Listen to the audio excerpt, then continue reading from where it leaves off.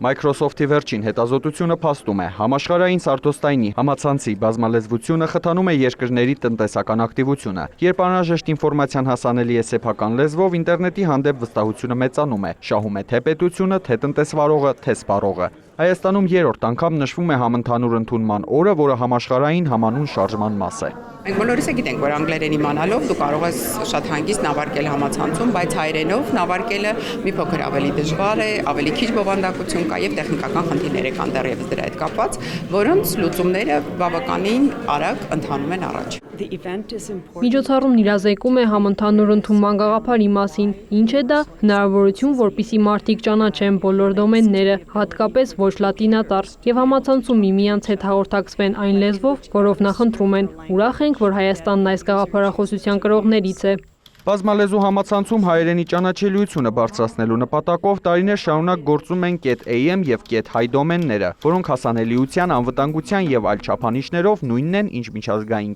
.com-ը, .org-ն ու .info-ն։ Հայատառ .hi-ով արդեն գրանցված է շուրջ 900 կայք, սակայն մեր շատ օգտատերեր դեռևս կիրառում են միջազգային դոմենները։ AM-ում կան բազմաթիվ ազատ անուններ։